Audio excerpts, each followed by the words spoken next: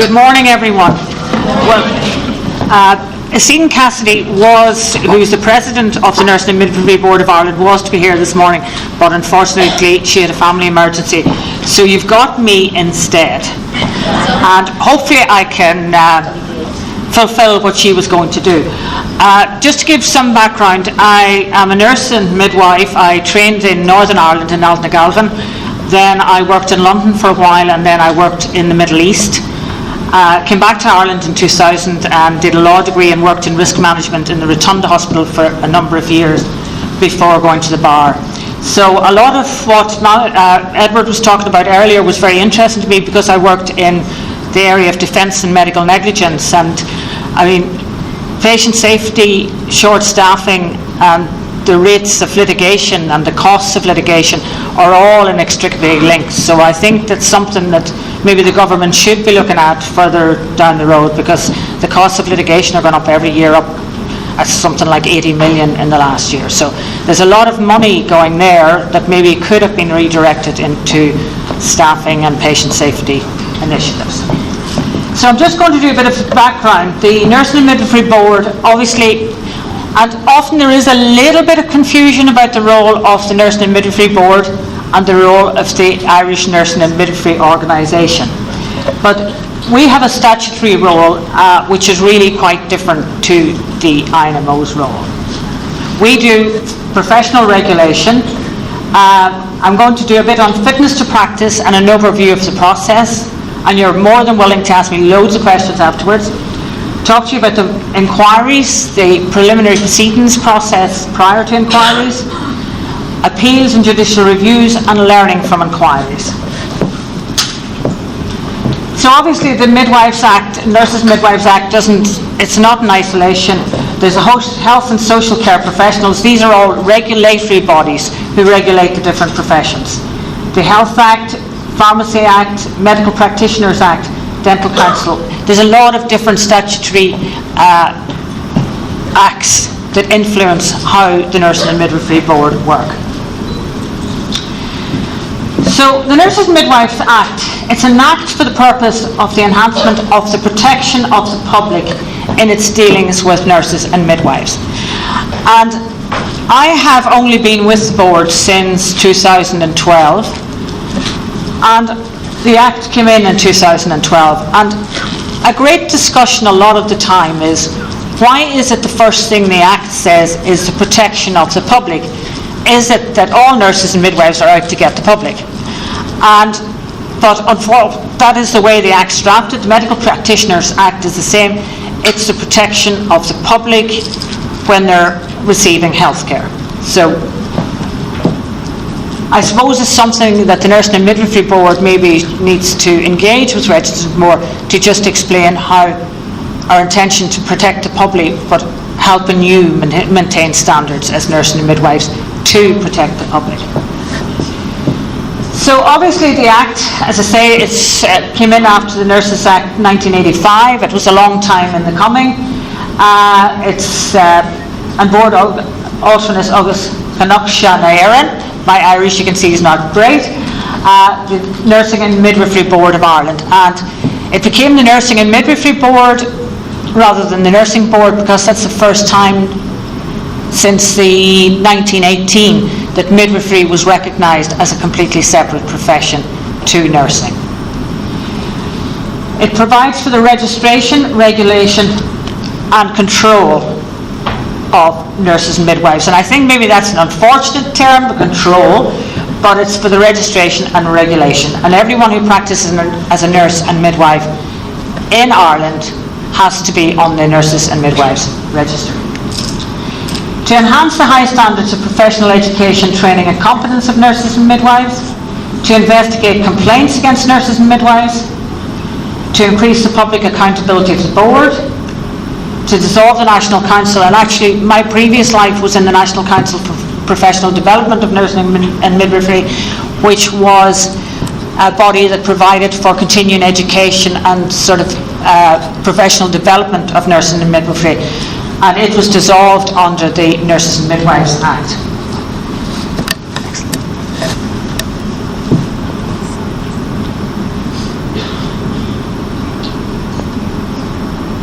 So we're just looking at all of the effects on the regulatory environment for nurses and midwives. We have the professional bodies such as the INMO, we have the media, we have research, we have government policy, and we have law. And we are actually very strictly governed under the Act. And when I was listening to Mr. Matthews there, Edward, we are very, very strictly governed by the Act, that we can only have functions under the Act. So when it comes to areas such as short staffing, employer issues, poor clinical environments, we actually unfortunately don't have any remit to deal with that. We can influence safe practice producing guidelines, etc., but we actually cannot influence any of those things in practice because our statutory remit doesn't allow us to do so. But obviously with working with the INMO and etc., things can get done between both organisations. But unfortunately we don't have a remit to change the staffing shortages and the skill mix, etc. So the core of what we do, as I said, we protect the public and support registrants by establishing standards and requirements to practice in Ireland. Registration. We set the standards for education programmes, we evaluate applications, and we maintain the register.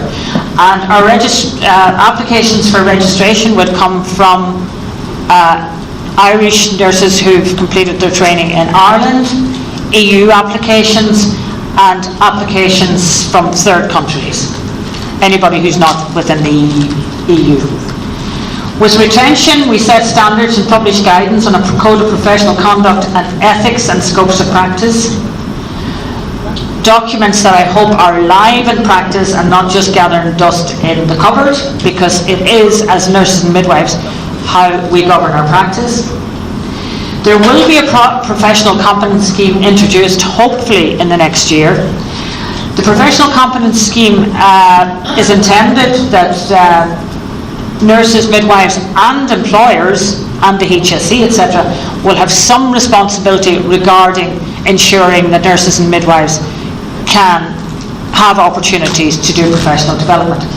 Unfortunately, because there's obviously, like everything in Ireland and like everything I suppose in reality, there's a cost element attached. So whilst we're will be developing the scheme, we don't get permission to go forward with it until we get permission from the Department of Public Expenditure and Reform. So we'll have to see how that goes, but hopefully this will be in place by next year, the third quarter of next year. Removal from the register, and that's always quite an emotive subject, and that is under the fitness to practice process. Restoration to the register, and that was new under the Act, because historically under the Nurses Act, there was you could not actually remove yourself from the register. If you were moving or going abroad or just stopping work, you stopped paying and you were struck off for non-payment of fees, or you went on the inactive register, which actually was not really provided for under legislation. So now under the new Act you can apply to remove yourself from the register for a length of time, and then you can just apply to voluntarily go back on the register. So it stops this issue of being struck off for non-payment of fees when you were either going abroad or stopping work. So that has been a positive thing of the Act. And obviously the object of the board is said the protection of the public, but also the integrity of nursing and midwifery practice. So the promotion of high standards of professional education, training and practice, and professional conduct amongst nurses and midwives. And I know you must be familiar, I hope you're familiar with a lot of our publications to do with standards of registration and standards of professional conduct and ethics. So what is registration? As you all know, because you're all registered, it's to promote high standards of professional conduct and education and competence among the registrants of the designated professions, which are nurses and midwives. We also have a candidate register, which again was part of the new Act, and that is the candidates who are actually completing nursing or midwifery undergraduate programs in Ireland, or doing an adaptation period in Ireland. It's an electronic register. Certificates are given for registration and renewed during retention, and I suppose that, there's not an awful lot you need to know about the register except that it exists, to be honest.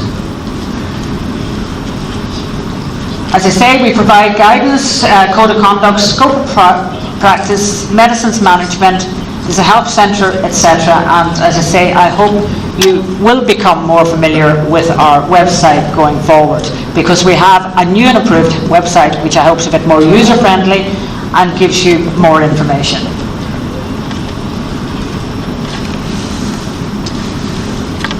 So as I say, these are some of our guidance documents. They're available on the website, or if you ever want hard copies within your organisation, we'd be more than happy to send you those out.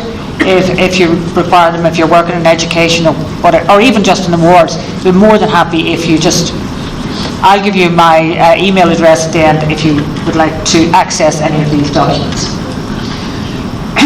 The standards of conduct are determined by the Code of Professional Conduct and Ethics for each nurse and midwives. This has been recently published. There's a new document on it, and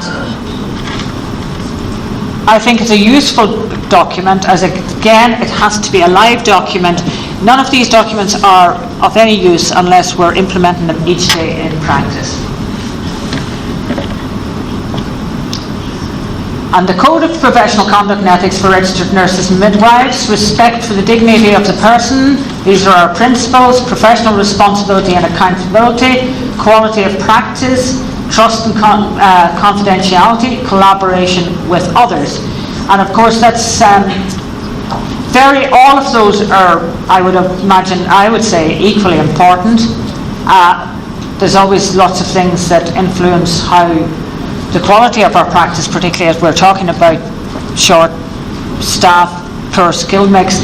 Sometimes, and I think we all know that sometimes we haven't been able to give the quality of practice that we would like to give on a daily basis. I have often gone off duty thinking, I'm sure I've forgotten loads of things, I'm sure I didn't do this, I didn't do that. I'm very fortunate that I got through my career without being sued or complained about, but often, it's just, I'd say most of us, particularly the way things have gone now with staffing and skill mix and caseload, most of us go off in a day saying, I've forgotten something, or I didn't write up a report, and it is different. Trust and confidentiality, collaboration with others, and respect for the dignity of the person, very important, and professional accountability and responsibility. And what Edward said is completely right. Professional accountability, responsibility.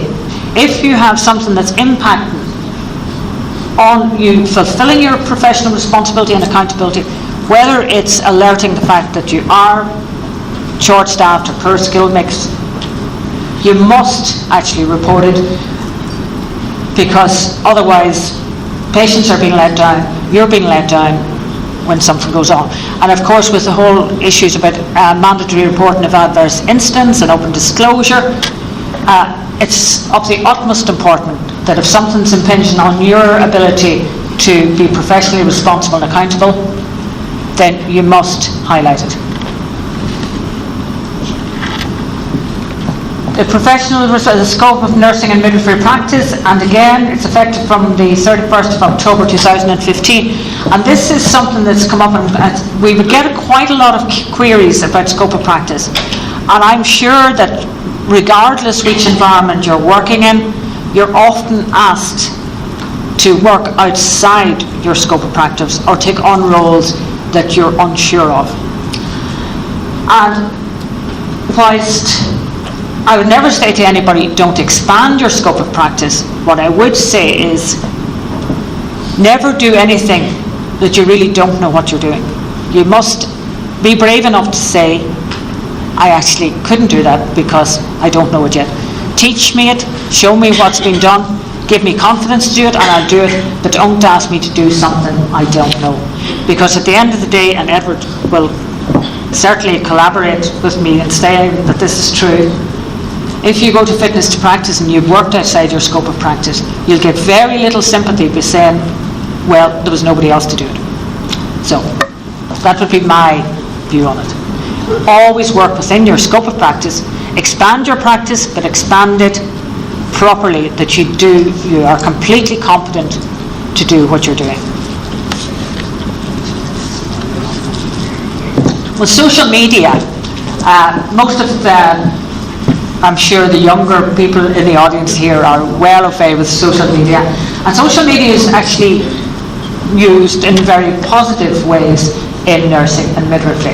Now, the Nursing and Midwifery Board has provided guidance on it, and to be honest, I'm not familiar of any fitness to practice cases here in Ireland regarding it, but there certainly has been a lot in the UK. So, be very careful about what you put on social media. It's a very useful tool if used properly. It's a disastrous tool if used wrongly. So pause before you post. Think about what you're putting up there and why you're doing it. But they describe it as netiquette when you're online, and report any inappropriate content online.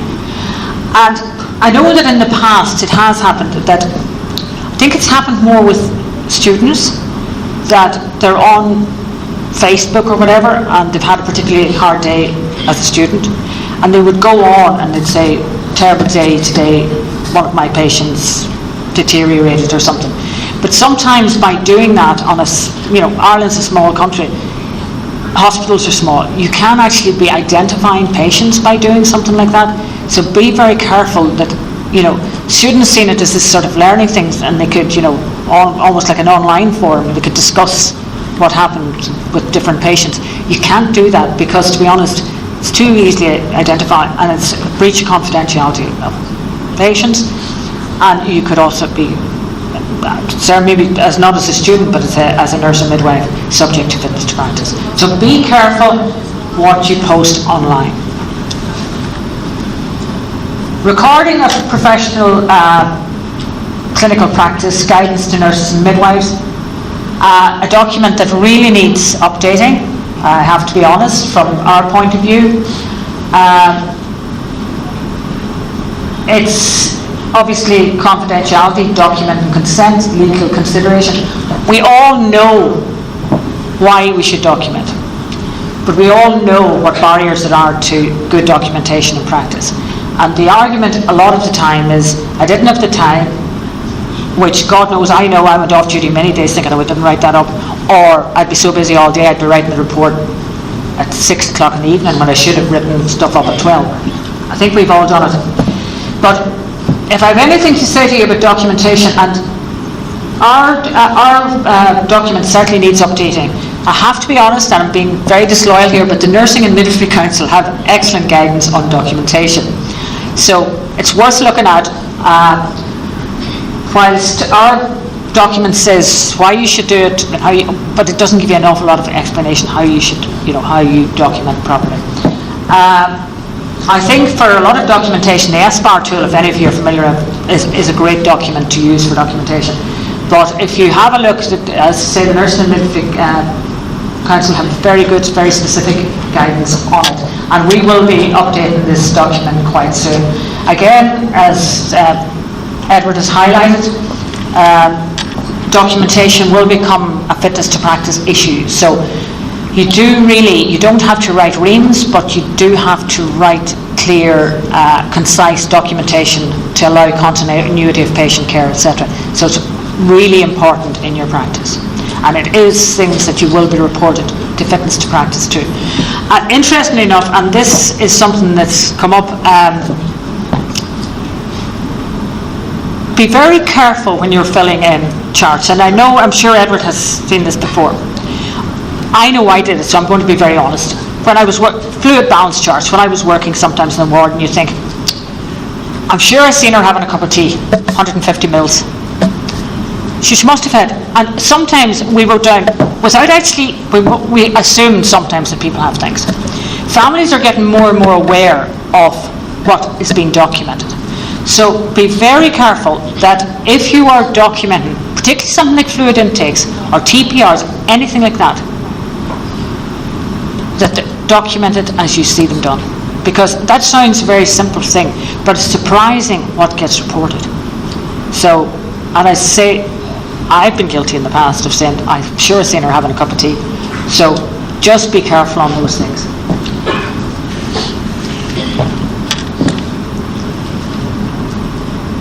Obviously, to do with healthcare records, there's other policies around management and confidentiality of healthcare records, and the Health Service Executive have different guidelines on it. And I'm sure you're all very familiar with these in practice anyway, if you're in some of the, if you're working in clinical practice. So obviously, when you're documenting, there's guidelines, there's professional guidelines, there's evidence on the problems to do with it, there's national policies. So just get whatever you can that will sort of support you in practice with your documentation. And fitness to practice in nursing and midwifery. I'm going to do this, Edward's done it quite a lot. So, fitness to practice is covered under 7 and 8 of the Nurses and Midwives Act 2011. And I won't go into it in a lot of detail because I don't really have the time, but the procedure for fitness to practice has changed quite a bit in the since the Act came into place. It's now provided that under the Act, there's 2 steps when a complaint comes in. So if a complaint is received by the Nursing and Midwifery Board,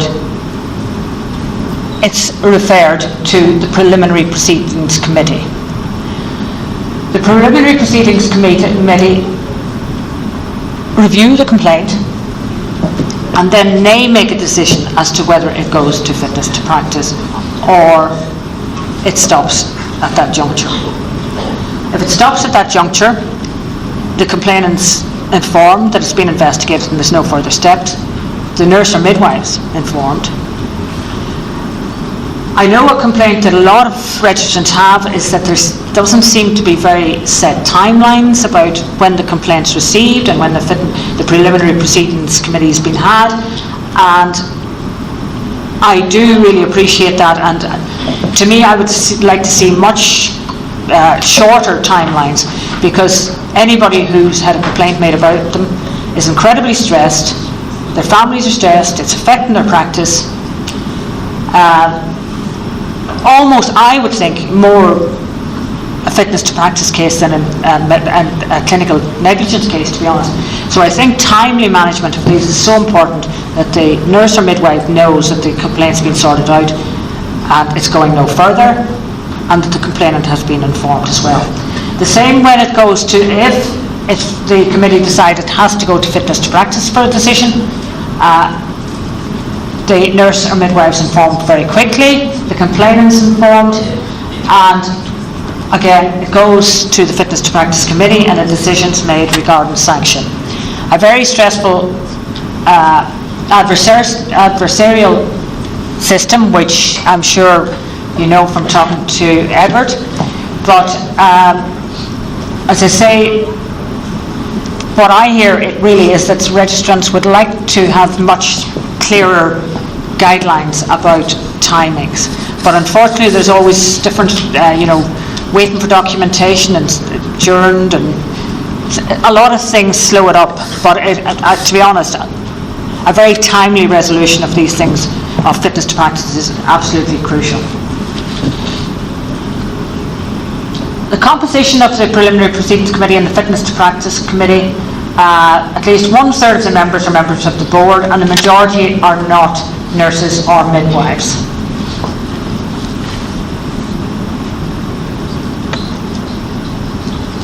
So, as I say, I'm not going into it in great detail because I know we don't really have the time, but basically it goes to the Fitness to Practice Committee, or the Preliminary Proceedings Committee, and then is a decision made. The grounds for complaint, I suppose, are important: professional misconduct, poor professional performance, non-compliance with the code, relevant medical disability,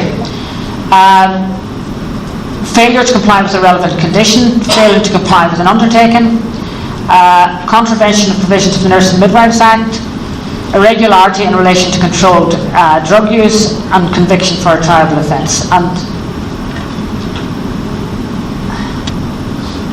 so professional misconduct, I mean, there's been case law around it, etc.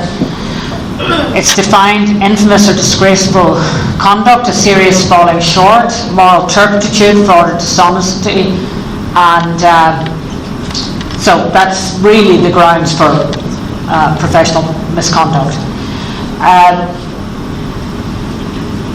Poor professional performance is a failure by the nurse and midwife to meet the standards of competence, whether in knowledge and skill or the application of knowledge and skills that can be reasonably expected of a registered nurse or registered midwife, as the case may be.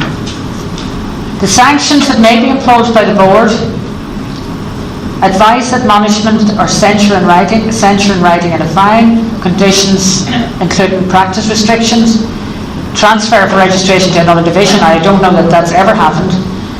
Suspension of registration for a specific period or cancellation of registration. The inquiries held 2006 to 2015, clinical practice and competence, behaviour, drug and alcohol abuse and failure to adhere to conditions. And if you see how many complaints are received, this is only up to 2012. Now, I don't have recent figures, but I'd imagine there's a lot more complaints than go to fitness to practice. It's a very, very small number end up in fitness to practice. And Edward, would you have figures? Well, I wouldn't have the most recent one, but you'd be right. It'd be a very substantial number of complaints over and above. It'd be very interesting, I think, now to see the PPC figures, but they'd be quite substantial more. Now, it's interesting, and it's just sort of an anecdote. I have a friend who's come to work from the Netherlands. He's come to work in the midwifery services as a doctor. And because the Netherlands, they don't sue. I think they had 4 fitness to practice cases in 2015 on nurses and midwives and doctors. It's just not a culture of suing or complaining, really. Maybe they're perfect in nursing and midwifery and medicine, but I'm not convinced of that. But he's been here 6 months, and he's been mesmerised by how stressed nurses, midwives and doctors are about the fear of being complained about, the fear of being sued. He's going to do research on it. He's absolutely amazed, because they don't work in an environment like that at all. And he said it affects every element to him of nurses and midwives and doctors' work, because this is always hanging over them. But we are a litigious society, and I think we might be big into complaining as well, because the number of complaints seem to have escalated, and obviously some are very justified, but there's no doubt some are just vexatious, and those ones don't get to fitness to practice. 2015, there were 67 cases for consideration. There were 75 complaints between the 1st of January and the 31st of December.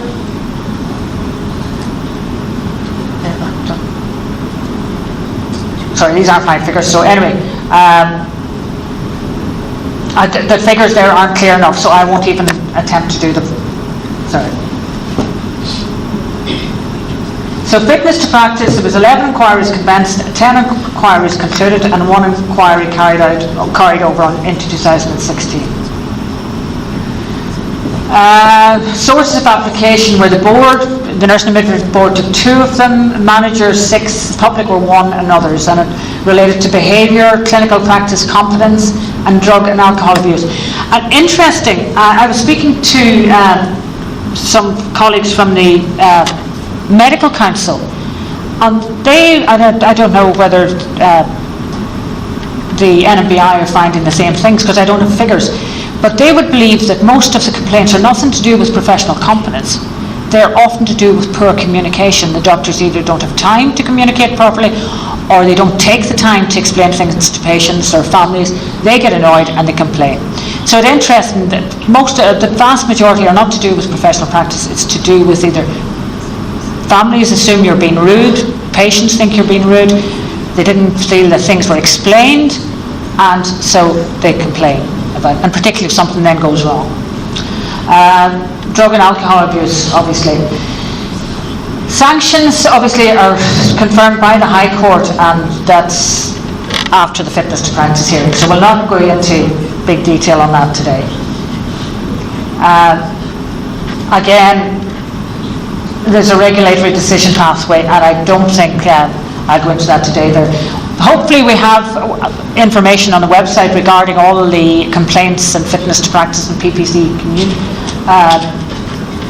And we are going to update them that they're much more up there and user-friendly and much more detailed, because I think it's very important that nursing and midwifery registrars really understand the whole process in great depth. For anybody who's the subject of the complaint, it has to be the greatest nightmare ever, I have no doubt. And I would imagine that for a lot of people they feel very isolated and unsupportive and embarrassed and upset and all of those things. You really do, if you are the basis of a complaint, really try and seek support from wherever you can, whether that be your trade union, legal advice, family and friends. The Nursing and Midwifery Board is a difficult one because whilst you can get advice regarding your professional standards and things, we probably aren't as good a support as we could be or should be when it comes to our statutory remit, I suppose, doesn't allow us to be. But I would advise any of you who, if there ever is a complaint, really seek as much support as possible, because it is a dreadful experience and a dreadful time, and particularly if you're still practicing and worrying yourself sick every day as to what the outcome is going to be. So to get as much support as, say, from your trade unions, etc.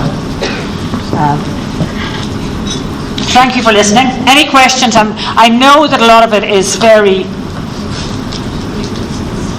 punitive sounding and sort of, that's what the Nursing and Midwifery Board are, we're just out to get everybody, but it's not that. And I'm more than willing to take as many questions as possible.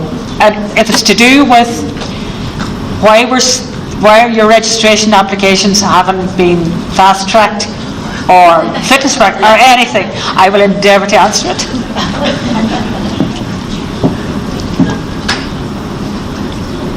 Oh dear.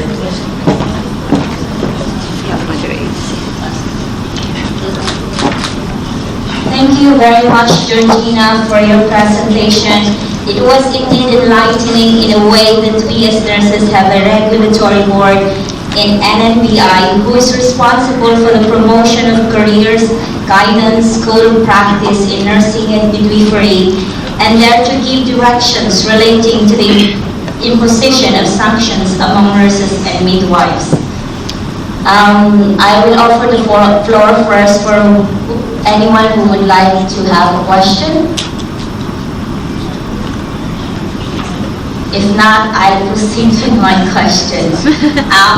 Probably it's all common, and we see this every day working as a staff nurse, but I have you now and I have the opportunity to hear this.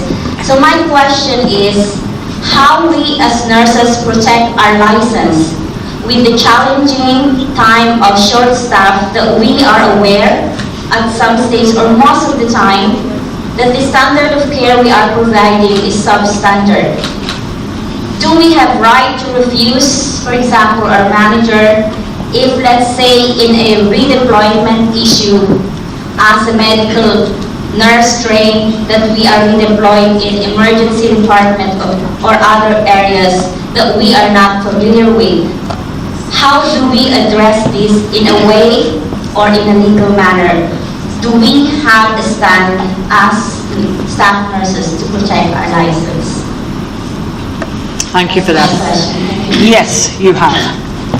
And I know this may not be very popular with nurse or midwife managers, but you have a responsibility to work within your scope of practice. So, for example, if you have been working on a male medical ward and they send you to surgical ICU or paediatrics, where you don't have the competence. Now, I appreciate that a lot of competencies are transferable. There's certain things you could do for a patient in A&E if you've worked in care of the elderly, and vice versa. but not all the skills are. And if you're being asked to do something that's completely outside your scope of practice and your competence, and you're not happy about doing it, you have to say no. Because at the end of the day, if something goes wrong, we've seen it in the UK, there was a case of clinical negligence manslaughter in the UK. Now this is a bit of a dramatic side of it, but doctors were giving cytotoxic drugs, vincristine. One had seen it done before, and one was going to do it. They obviously just thought either we don't want to call in somebody else, we don't want to really take advice, so we'll do it. They ended up giving it in the wrong area and killing the patient. They were the two taken for clinical negligence manslaughter, not the hospital. So at the end of the day, were they foolish or ill-advised to go ahead and do that? Absolutely, because they weren't too sure what they were doing. Nursing and midwifery, with the best will in the world, you cannot wing things. You might get away with it. I'm sure we all have sometimes some things that we weren't 100% competent to do. But when something goes wrong, your registration's on the line, and at the end of the day, it's only you accountable for your registration.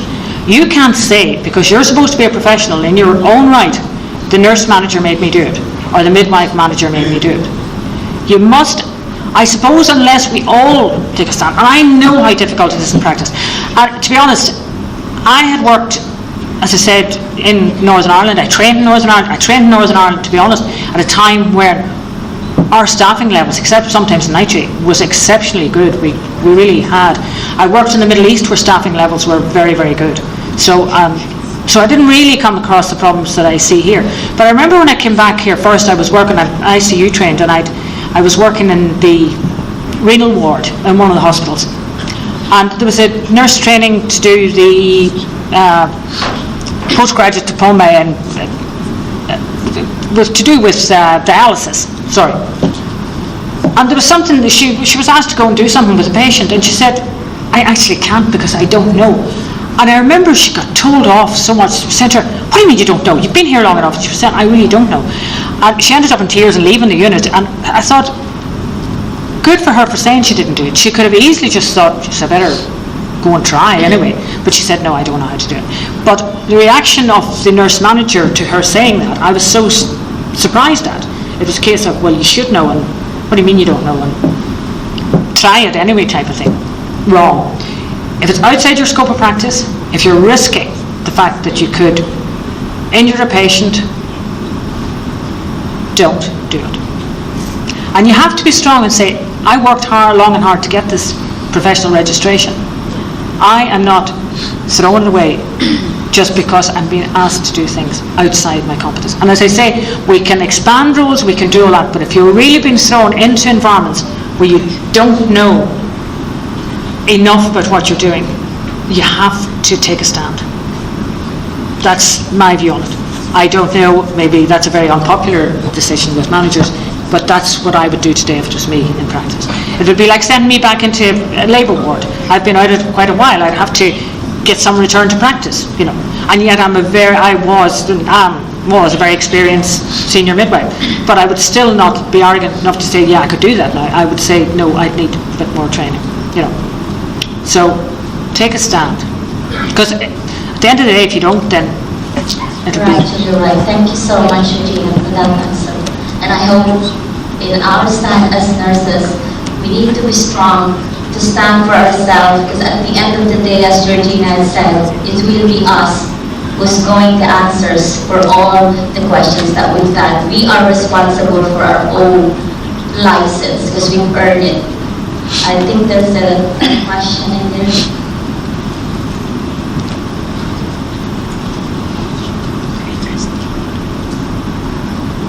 Good morning.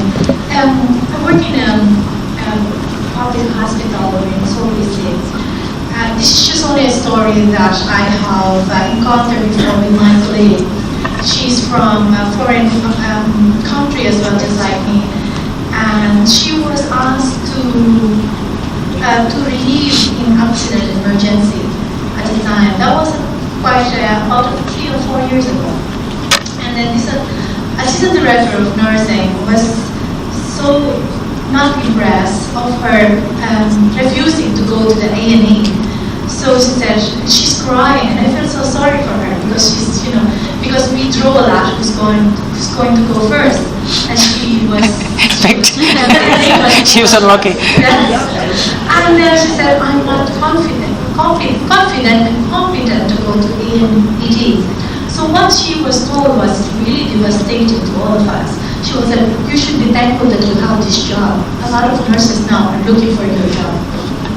And that is just so, we are all shocked for that kind of remarks from Assistant Director of Nursing. So what should we do with that?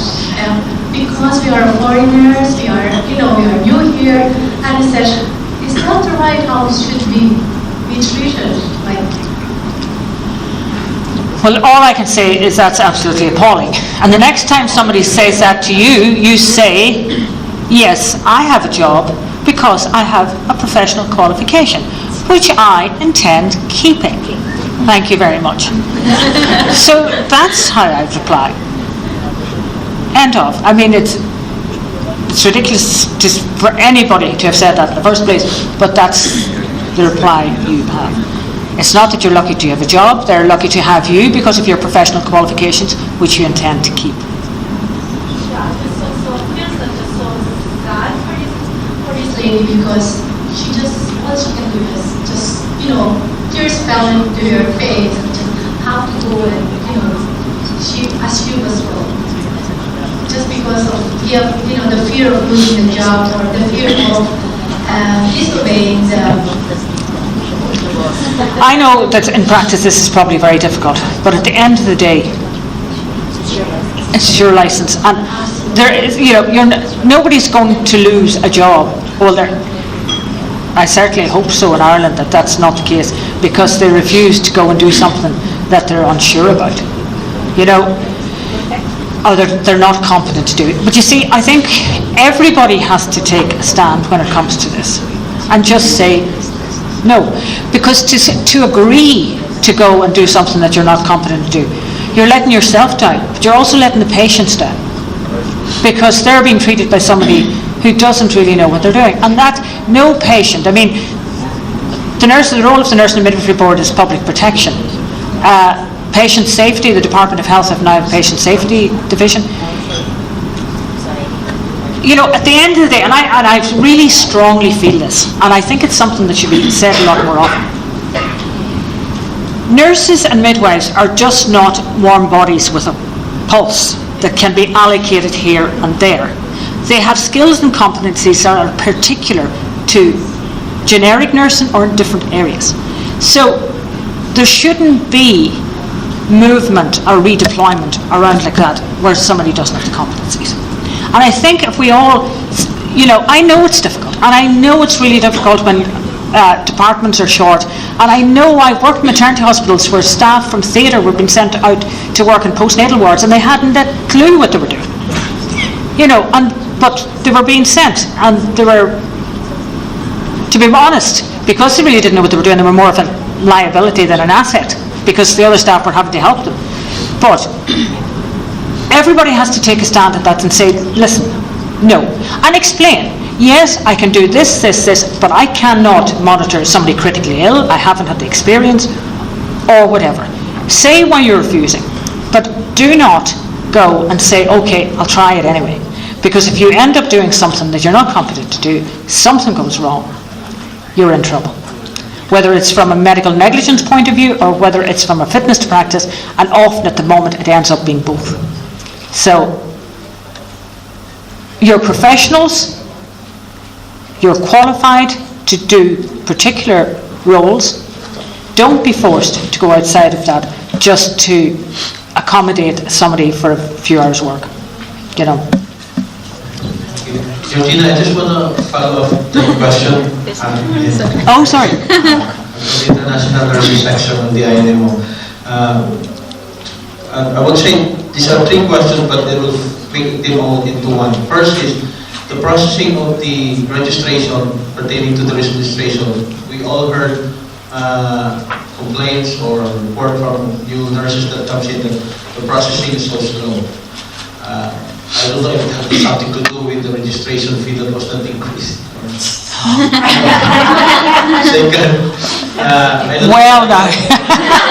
Second is the IELTS, the English test. I think nursing in Ireland is really short of nurses. I know half of the population of nursing in Ireland is retiring, we need new nurses, but the processing also takes longer because of the IELTS. But in the Philippines, our academics there, we use English as our major dialect there.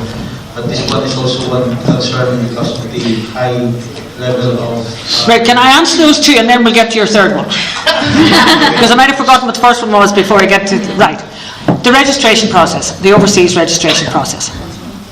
We appreciate, and Tom probably can agree with me on this, our system, because we don't have quite sophisticated, in fact our IT systems are quite unsophisticated, takes time.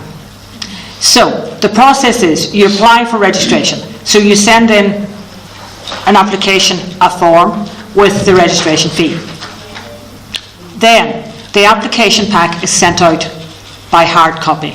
I think that's where a lot of the things fall down, because by the time it's posted to the Philippines or to India or to Holland or wherever, sometimes things get lost in the post and it's weeks and weeks and weeks. So that holds up applications, first off. What we really need is an integrated system where applicants can apply online, that everything is done online. Now, all of that takes money. So we're in the process of engaging with improving our IT systems. Obviously we can't do that in isolation. That has to be done in conjunction with the Department of Health and DEPR, etc. But yes, we acknowledge that they do take longer than, and that's one thing that holds it up. And then the other thing that I think for registrants that must be, or potential registrants that must be really frustrating, is a lot of the documents go to third parties to complete and send to us. And with the best will in the world, sometimes third parties don't exactly rush themselves. And that's slow. So you've sent in all your bit and you're waiting for the third party bit, and that can take time.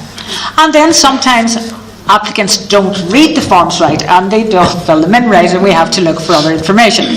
So yes, it is a combination of things that could be resolved, I think, by a more efficient IT system. But that is what we're working on, and hopefully we can get things moving a bit quicker. And I appreciate there's a lot of frustration out there. There's, as I say, because we're dependent on third parties, and we're at fault in the NMBI as well at times about how we do things. There's been big turnovers of staff. The organisation has had a lot of changes within the organisation as well, so we would have had a lot of staff who aren't as familiar with the registration system, so everything takes time.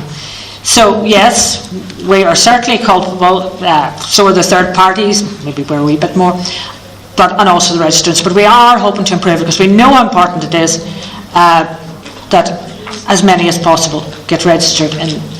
Now we have to have robust systems, that is the other thing. Our remit is the protection of the public, and we have to support registered nurses and midwives to do that. But at the end of the day, we have to have robust systems in place to ensure that we are getting the right paperwork, that the qualifications are what they purport to be. So we have to. That's the reality. Because all it would take is one person on our register that turns out to have fraudulent papers, and the papers would have media would have a heyday with us, and then everybody would be under question. Now, to the IELTS and the English language. Now, this is a bit of a thing with me. I appreciate that, and I've worked many years with Filipino staff in the Middle East, so I know most Filipino staff have excellent English because a lot of you train through English. But it is absolutely crucially important that people can speak the language necessary to practice. Now, I have to be very honest. I had an email recently from a guy who said to me, I would like to come to work in Ireland. I don't speak English, but apparently you don't need English to work with older people. I am deadly serious. You can imagine my reaction to that. Where did that come from? I do not know, but how could anybody think that because they work with older people they don't have to speak the language? So, it's vitally important that they speak the language. Now, we're bringing in language competency requirements right across the board. This new SI is about to be transposed this week on the Professional Qualifications Directive, which means we can look for English language from every country, including the EU. And to be quite honest, that's a good thing. Because whilst I appreciate, and I know that a lot of Filipinos either are trained in the American system or the English system, so you speak fluent English. We have had the problem from Europe, but we weren't allowed to test English competence. We now can. Because I think we're doing our patients and the rest of the staff a disservice if you have people who can't communicate with patients. It's not fair to patients, it's not fair to families, they lose trust. Colleagues, how can you communicate handover if somebody doesn't know what you're talking about? Now, and that's reality. English language is vitally important if we're to give a safe health system. So I'm delighted that that is coming in. And we've had a hard fight with the European Commission to get that, because they didn't want us language testing EU nationals. England, I must say, the UK really pushed it. And they were very strong on it. And in the end, the EU succumbed very reluctantly. So that's one positive thing. Now, does that answer your question? And now there's number 3 question. We do not have time. Actually, the third question is more about, the RCSI now have an aptitude test, and then you have the adaptation. I think the test, the RCSI is more better compared to the adaptation because, I don't know, because it depends on the hospital whether they go for the aptitude test or the adaptation. And in case if one will not pass, how long does it process to take an appeal? Yes, I appreciate that. And actually our intention is that all will have a choice of doing either an adaptation or aptitude test. I think that would be considered, that's how it works in the UK mainly. And that's how it works. So that's it, the aptitude test. Unless somebody specifically chooses to do adaptation. Thank you so much, Georgina. I know there's so much burning issues and questions you would like to throw into Georgina, but just in keeping the time, I think that would be the last question is, if it's okay, we might get Georgina's email. Yes, you can get my email. I'll give you Tom's. All your questions. Thank you so much. Thank you.